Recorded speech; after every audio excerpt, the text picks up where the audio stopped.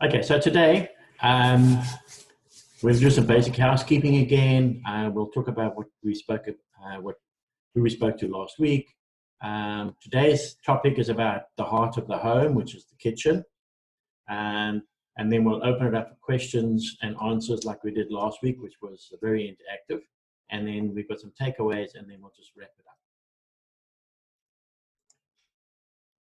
Okay, so basic housekeeping. Yeah, please just keep you guys on mute. There's dogs running around, there's people in the streets, etc., etc. If you would like to introduce yourself and your company via the chat function, if you have any questions, then use the chat function. And if you've got a question, then we'll just stop and ask the question. Okay, so today, as I mentioned, we have a kitchen business, but last week we had Wendy and Hendrik Kutsia sharing their business with us, with their business journey, how they took a failing Kauai franchise and grew their franchises to 6 and are busy counting.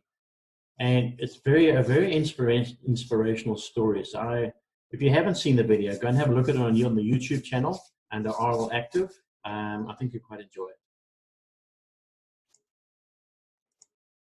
Okay, so today we're going to find all about the heart of the home, which is the kitchen. And I'm going to introduce Gareth Roberts, and he's an entrepreneur, and he's been an entrepreneur for close on 25 years. He's worked in IT, entertainment, clothing, construction, interior design, space planning. He's been an architect, carpenter, and he's been in the joinery industry as well. And then what he did is he combined all these skills into his current business, which is called Turnkey Concepts Pty Limited. And his motto in life is, love the feeling of designing something from start to end and seeing it materialize in front of my eyes and the smile on my clients' faces. So, Gareth, over to you. You just want to introduce yourself. I don't know if I done you any justice here. And then once you've said hello to everybody, then we'll jump into the questions. Morning, everybody. And yeah, thanks for Richard, and thanks for the invite and the opportunity to share with you guys and girls. And your intro was mediocre. As I say, I was in the entertainment industry where I represented professional speakers and things like that. So part of the intro was actually key to introducing all speakers, and they can either fail or excel them into their talk for the day. So yeah, a little bit about me. I'm reaching my 5-0 this year. I've been in entrepreneur for many years. I don't think I've ever had a real job. I love what I do, and every time I start to get a little bit bored, and then I'll change something and I'll do something else. So currently, yeah, Turnkey Concepts is where I am, and I'll tell you a little bit more about my journey as we go along. So welcome, and coffee for everybody. Cheers. Cheers. Okay, so I'm going to jump straight to our first question then, Gareth. You've been around the block a few times, and you've been in many different industries. So how did you get the idea or the concept for your current business? I think like most of my businesses, I've just sort of fallen into it. The kitchen industry, it started out as we actually employed a kitchen company to come and redo our kitchen many years ago. And being a typical Virgo and very OCD, I sat and watched these guys day in and day out. And eventually, out of frustration, I completely fired them. I said, you know what, this is not working. Everything was skewed, nothing lined up. It was just a bit of a disaster. And then ended up having quite a row with my wife at the time about who's going to finish the kitchen now. So bold me said, you know what, I'll do it. I'll do it myself. And so I did. I completed it. I got a guy to help me a little bit, and we finished the kitchen. In those days, it was a hand-painted country kitchen with some nice wood solid tops, etc. And we completed it, and we did a little bit of building alterations on the house. And because we were in the entertainment industry or speak industry, we had a little cocktail party for some of our clients who were also celebrities. And one of the ladies, the first Black Miss South Africa, Basatani Kamalo, She came in, she saw the kitchen and she loved it and she wanted one and she inquired who did it. So boldly I said, well, I did it. She, I don't know, she wants one as well. So I said, no, but it's not what I do. It was just a project to finish our own house. And for months and months, she nagged me. So eventually I gave in. I said, okay, it's fine, I'll come and do it. And I did her kitchen as well. And her kind of circle of friends, being Miss South Africa, were other Miss South Africas. So that's how the journey started. I ended up doing Lorna Potkitter's kitchen. I did Nicole Flynn's kitchen. And suddenly I was doing all these Miss South Africa kitchens. And you thought, no, you know what, there's actually a business here. The biggest thing I found within the industry was the lack of service and attention to detail that the people were doing in the carpentry industry. So voila, the first name was called Kitchen Delights. And that's how we got going. It slowly evolved as it got into more corporate, because corporate people are looking for more shop fitting. And the word Kitchen Delights didn't quite fit with the corporate image. So we changed the name, or we adapted the name to KD Designs, being Kitchen Delight Designs. So I just took the word kitchen out. And again, it evolved. And then people are saying, yeah, but KD Designs, what does it stand for? And eventually I turned it around and I said, you know what, we run a full turnkey concept. So we incorporated our construction side into our carpentry side. So nowadays we do A to Z, where we do from new builds to the entire fit out of the house on the inside. And clients get to deal with a single contractor rather than having 10, 15 contractors in their home. And yeah, that's where we are today. Wow. Okay. So sort of leads into my next question then. I mean, that's a hell of a lot of different trade skills, all in one business. And you don't have a traditional artisan trade background where you did an apprenticeship. So how did you get the background and skills necessary to run and operate this business? I think one of the key things being an entrepreneur is, first and foremost, is define what your vision is. Define what you're wanting to achieve. Once you've got that vision set in your mind, then you start the journey of the passion behind it. You start the journey of knowledge and investigation. Starting business is what I do. I do it well. I can get them up and going. Finding the skill set, very, very important, is the people you surround yourself with. I think Richard Branson actually said it, one of his key phrases was, get the work and then figure out how to do it. And that's sort of how I started along. As I was going, I started learning. I've been doing carpentry and construction for many, many years before that. So the trade side of things, luckily, was my background. And as I got going, I got the right people involved, got the right skill sets involved. And more importantly, I learned from my competitors. I started seeing what they were doing, how they were succeeding, how they were failing, and just being, having a key eye as to what are you doing and what is your end result going to be, and how happy or sad is the client, and how do you improve for the next item. And so then just expanding on that question, I mean, using carpentry tools is something that you normally learn over a number of years. So how many mess-ups did you actually make using a hand router, for instance, to do edging on a kitchen top? How many did you mess up? Many. There were lots and lots of mistakes along the way. And I have a key rule in my business is we don't do patchwork. So every time we make a mistake, we throw it out and we start again and we do it again. So over the years, obviously the factory built up with an enormous amount of rejects and problems, etc. But for me, the key was the client must never see it. So the learning side in the factory, the routering side, learning the various tools and machineries, etc., and trying to get, again, I'm OCD, so I work on perfection. So if it's not right, we do it again. There's no maybe or gray area or it's almost right. It's right or wrong. And I think I got that from my grandfather, actually. And he would similar. He was also in the building background, so that's also where it stemmed from. So, and he ran his own little carpentry workshop, and he was very, very, very particular on it's right or wrong. So a lot of mess ups in the beginning, a lot of mistakes, and that's probably the best way to learn in any business. Okay. So when I read your bio, sorry, I didn't put this down. I didn't put this question down on the slide, but you've done a lot of what we call vertical integration in terms of you supply most of your own stuff as well. Why did you get into the stone business and create your own factory? I think it was just simply the skill set out there and the quality we were receiving was just appalling. When we started doing our own stone fabrications, we're talking about countertops and things like that, is we used to outsource that process.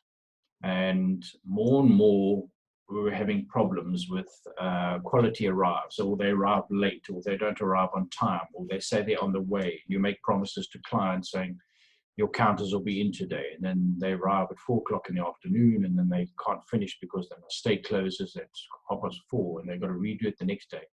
So it turned out is that they were letting my integrity down with my promises to clients. So slowly, one by one, we started just doing everything ourselves.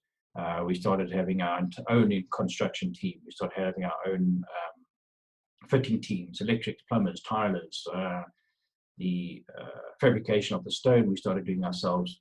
It was just easier for us to do our own planning, so that if we told a client we would be finished by the 20th of June, we were finished by the 20th of June.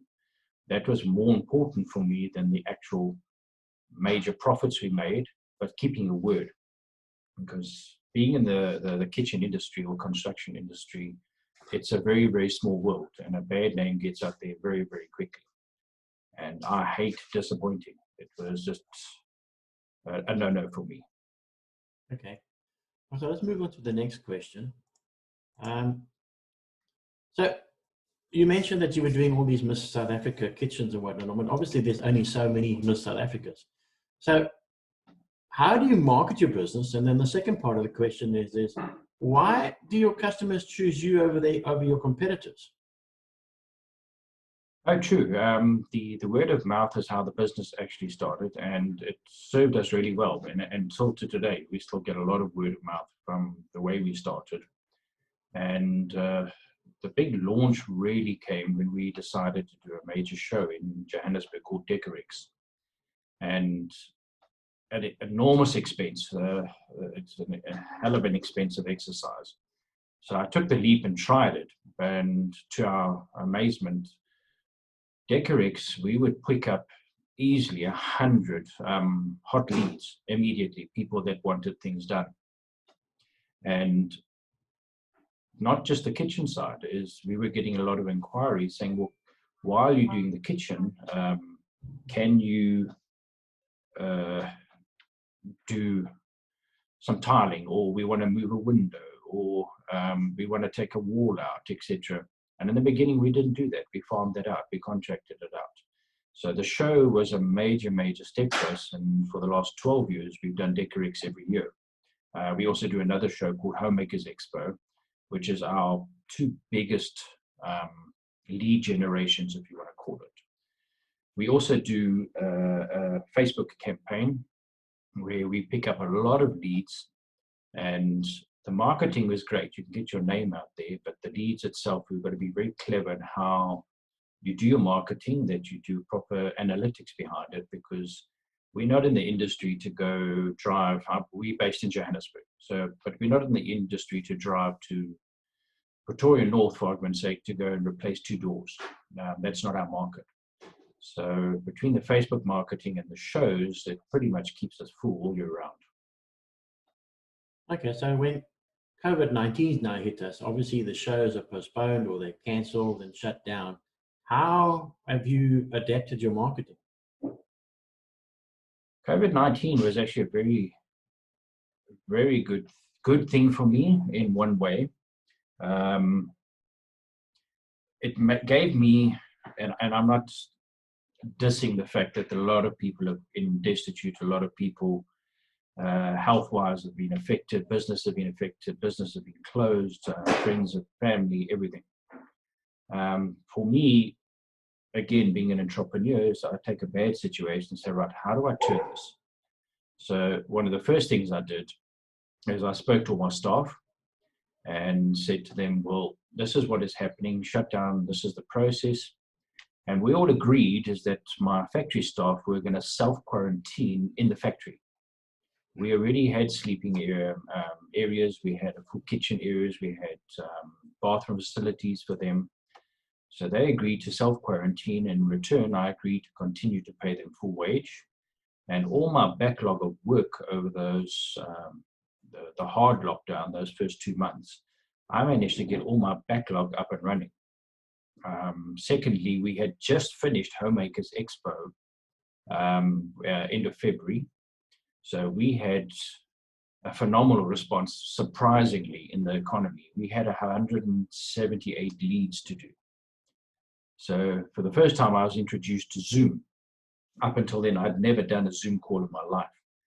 And what I found with the Zoom calls is I was saving probably 4 hours in traveling a day. Instead of riding out from Joburg to Benoni to go and figure out what type of project the client's got, whether it's too small for us or it's not quite what we do, etc.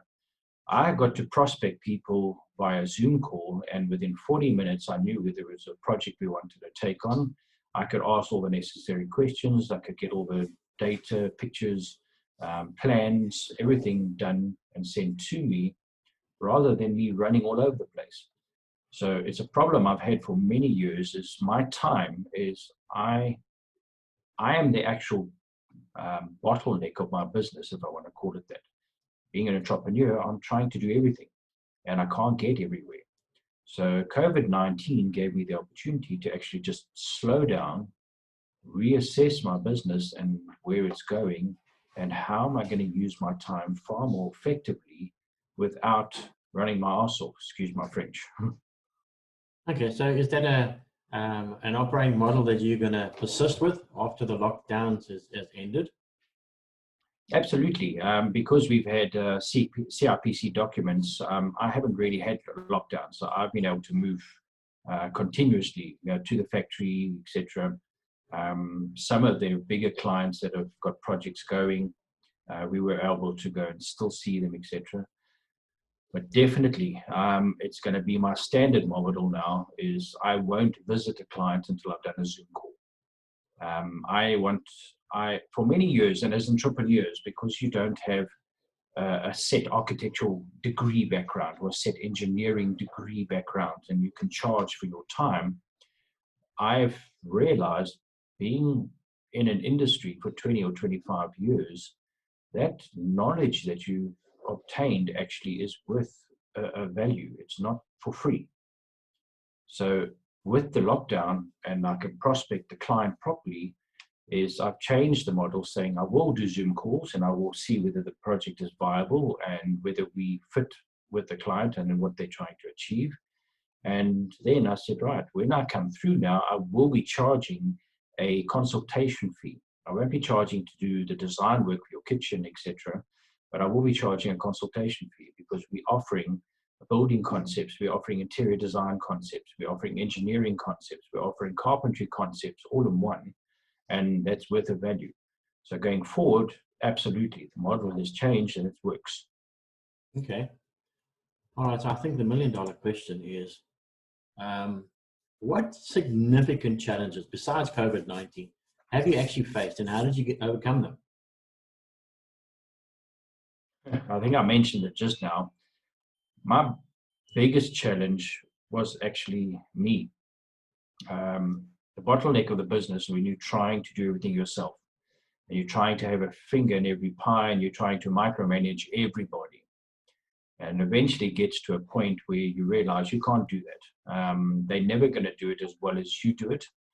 So once I started making that decision to step back a little bit and allow other people to make a mistake, it might be costly, it might cost you a value, a rand value, but the more I started empowering my people, the better the business started to work. And then became the next thing was the type of people I employ. People make and break your business. And if you don't have the time to actually invest in them, training, education, allowing them to find their own way, it might be not exactly your way, but their own way. And if it still gets the same result, it's okay. So challenges wise, definitely has been me.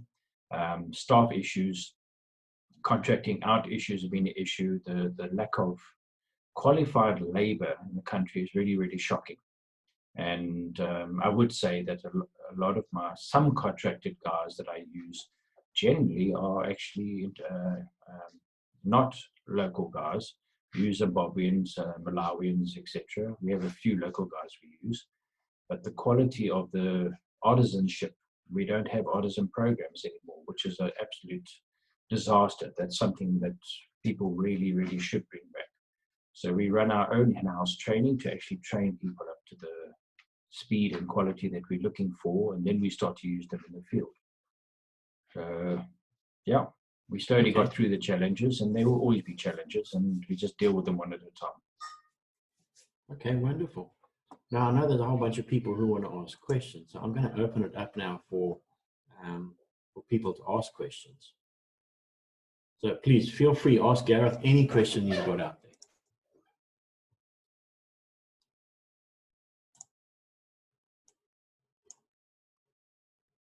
Richard, maybe not a question, Yeah. but I must say, Gareth, I was really, as we say in Afrikaans, ek het aan jou lippe gehang. It's amazing how things just start and progress and evolve. And yeah, I must say, you're excellent.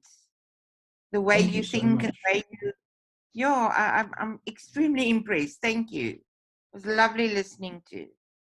No, it's an absolute pleasure. It's been a hell of a journey, but it's a journey I wouldn't have changed. It's not easy. You wake up every morning and you sometimes these days that you've got to force yourself, get out of bed and go do your work. Soos ou mense altyd gesê, staan op, trek jou klere en gaan doen jou werk.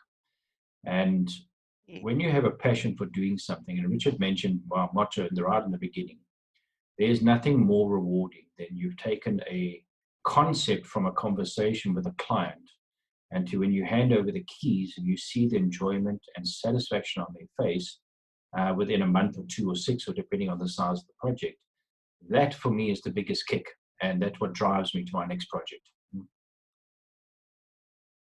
Okay. Super. If I may, the 3 things that really got to me was the first thing that I always battle with, and that is do something right and to perfection, which I always think is not a good idea, but now you have absolutely convinced me that it is. So if it's not right, you do it over. That's sort of my motto as well. I love the fact that you can now do Zoom for your consultations. I think it's absolutely amazing how it turned out for you. And thirdly, the one that I think is brilliant is the fact that you started trusting your staff, which I always in the past had a problem with. Think only I can do it, and I don't mean it in a negative or in an arrogant way at all. And yeah, that just showed me as well that trusting others and empowering them is tops in the world. Yeah, okay, that's all. I'll keep quiet now. Muting myself here. Good luck. Absolutely. I actually had a mentor who asked me to change the phrase perfection, and says never work in perfection, work in excellence. That way you'll never get disappointed. Okay. For the Spay, I know you've got a question. No, not for the moment, thank you. So what was that?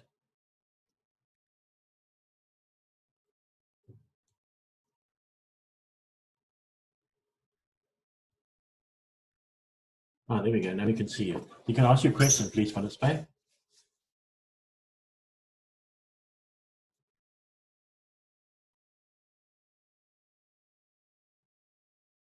Oh, we're not. Okay, so Basil, I know you've got a question. Hi, everybody. Gareth, thanks for that that presentation. I just want to know, do you have people in the spy business? Because I think you've got a camera in my house. You're telling my story, even down to the excellence thing. We have a motto of we don't want happy customers, we want delighted customers, and that comes from a spirit of excellence. But what I wanted to ask is, do you have a business plan that you operate with, and do you review it from time to time? Well, one of the biggest downfalls of true entrepreneurs is we don't do admin very well.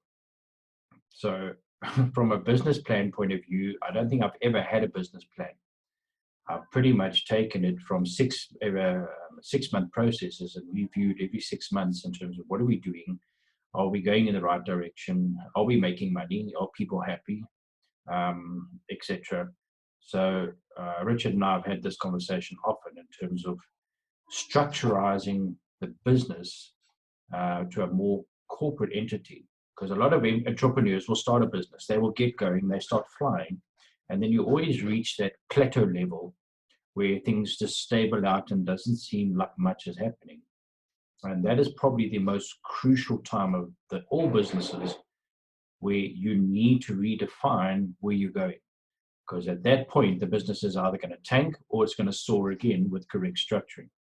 So 12 years that I've been doing this business now, I'm at that plateau where I am restructuring. I am taking away, like Caroline mentioned earlier, is that I'm starting to empower my staff now, take responsibility, so that I can step back from the business. Because when I can step back, what I've noticed over the last couple of months, the moment I step back, I can actually realign my original vision instead of doing the work every single day that I'm employing people to do in any case. So we are currently in that exact position where we are probably setting up our first business plan and our first vision process right now for the first time in 12 years. Interesting. So, sort of related question from the Spy here. It says, where do you go to get advice for your business? Competitors, actually. The industry being small, the kitchen industry, you have an association called the KSA, and one of my biggest competitors is actually the CEO of Easy Life Kitchens. And right from the very first show I did, he came and he introduced himself to me, because I was the first newbie, if you want to call it, to the show industry that he was actually impressed with, because people come with the stock standard same kitchens every year. And my very first show kitchen I did was a country hand-painted kitchen, which they had never done on a show before. And he introduced himself, and over time sort of became my mentor into the industry. So whenever I wasn't sure about something, or we weren't sure how to do something, or client came up with a new concept, he was actually one of my first people I would phone. So we became quite a tight-knit group within that industry, that we would bounce each other, similar to your coffee chat thing that you're doing now. Is we would meet once a month and we would just bounce ideas off for new concepts or tell stories, etc. within the business. And then Google. You'll be surprised how much information you can get at your fingertips that is shared globally all the time. So when there's certain things we're not sure, we're not sure of a waterproofing system we want to use, or we've got a unique situation, that's what I do. Is I'll go and research something to death until I find something I'm happy with and I know will work, and then we implement it. Okay, I've got a final question here, and I think it's quite topical. Delaney's asking the question saying, is the customer always right? And have you actually fired a customer? Customer's not always right. You need to be diplomatic in the way you approach it, though. And when it comes to firing customers, yes, I have fired many. You get certain type of customer that will always abuse a situation. And for many years, we tolerated it. When we get to site and then we have change after change after change on a site itself, where what was supposed to be a 2-week project turned out to be a 2-month project because the client decides to change this, or they went and Googled and they found a new concept. So while we're busy installing, they want to change concepts, etc. And firing customers, yes, December, I had a client where their builder was late. We didn't do the building work, and the builder was late and late and late. So we finally got onto site, I think it was on the 6th of December, and the estate was closing on the 12th of December. So we had 6 days to install a classic style kitchen, which is a very detailed type kitchen. And on the 12th, we got an extension from the estate to be able to work on until the 18th, etc. But we had this client swearing and throwing her toys up and down at every single one. And I understand it's a buildup of frustration over the last 6 months with the building process. They took 11 months to build. It was supposed to be 8 months. But the verbal abuse every single day, and eventually I got onto the site one day, and she turned around and she was using the F word at me day in and day out. And actually, we had done nothing wrong. We were on schedule, but just the way that she conducted herself, I stood right there and I said, you know what? I got all my guys to pack their stuff up, and I said, that's it. I will see you next year, or I won't see you at all. And we left. Wow. Okay. Okay, so it's about your integrity and standards. Yeah, what you're prepared to put up with. The customer, to a degree, is right, but when it becomes a ethical problem, absolutely no. Yeah, sure. Okay. I mean, you've given us quite a bit of food for thought there. So I jotted down some sort of takeaways. So yeah, feel free to jump in here at any time. But I picked up that you need passion and belief in your idea. You must do your research about your industry and your competitors. And you clearly tested and refined your marketing channels to see what actually works for you. And you narrowed it right down. I think the big thing for most entrepreneurs is finding the right people that you can actually trust and empowering them, and then just stepping back and watch them do what you're supposed to be doing, but in a different way, but you get the same result. And then differentiate yourself. Find what makes you different. You know, last week we heard from Hendrik and Wendy about the easiest route to opening up a business is a franchise, because the operating model is pretty much defined for you, and you need to make sure that you reach those standards, which I suppose is a slightly different challenge to the type of business that you have. But you've got to find what makes you different. And I think you've managed to do that to a degree. So those are my takeaways for this week. Has there anybody got any other comments? I wanted to add something in there, is that part of the reason the business has evolved is because the clients have asked us to indirectly change our business models. Is going from a straight kitchen company to a full turnkey company has evolved because the clients have asked us to do that. And saving our own frustration dealing with subcontractors all the time, clients prefer the concept of having one person they can pick up the phone to when there's a problem, rather than dealing with 12 different contractors and still doing a full-time job and trying to manage project timelines, etc. And it just becomes an absolute mess at the end of the day. So every time we do a full turnkey project, the clients are sitting back and they're actually enjoying the process. All they have to do is make sure the payment schedules are done on time. That's their stress. Okay, Gareth, we got one last question from Adolf. It says, besides your kitchen bus mentor, are there any other mentors who actually influenced you on your journey?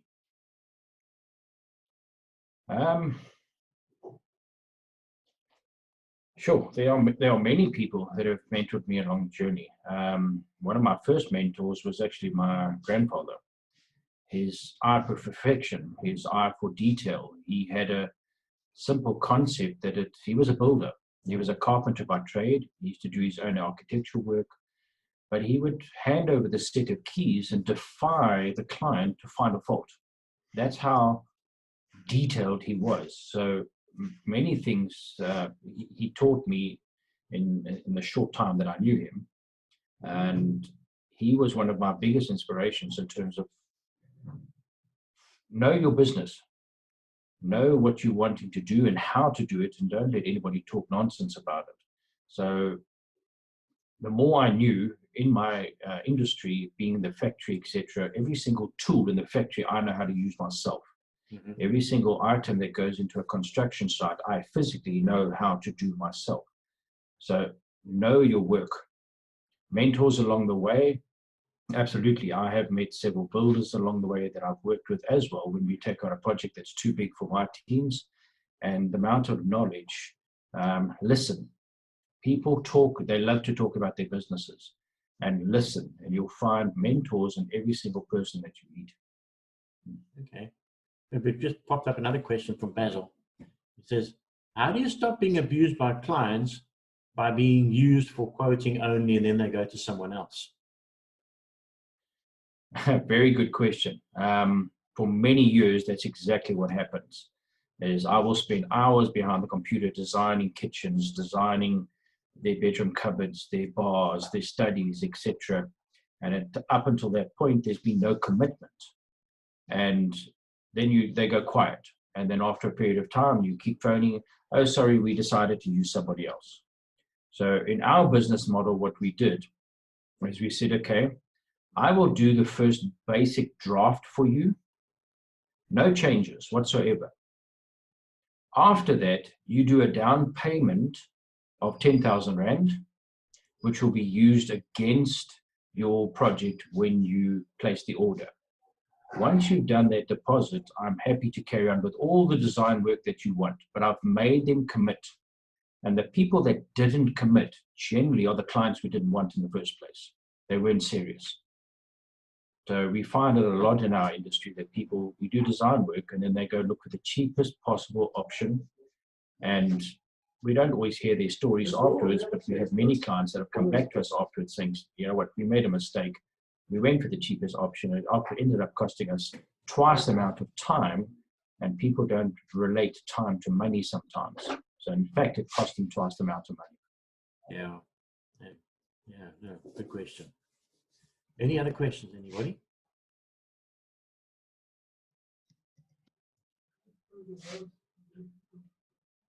Can I ask something? Go ahead, Basil. Gareth, I run a waterproofing, damp proofing, and roof recon business, and we do light construction. We build off plan up to double story, and so I run there are some things about your business that are very much like mine. Definitely in I think procedures and approach.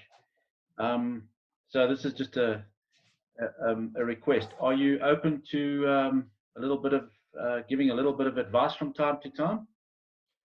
Absolutely, and more so, I'm in a fortunate position is that I have got too much work. I'm full for the year, and I haven't even reached Decorec show yet. So from a construction point of view and people that can assist, definitely, I think we need to have a chat off camera, because I'm always looking for reliable people that I can trust that can assist on sites. Fantastic. Glad I asked the question. Okay, any other questions, guys? Okay, nothing. Okay. Okay.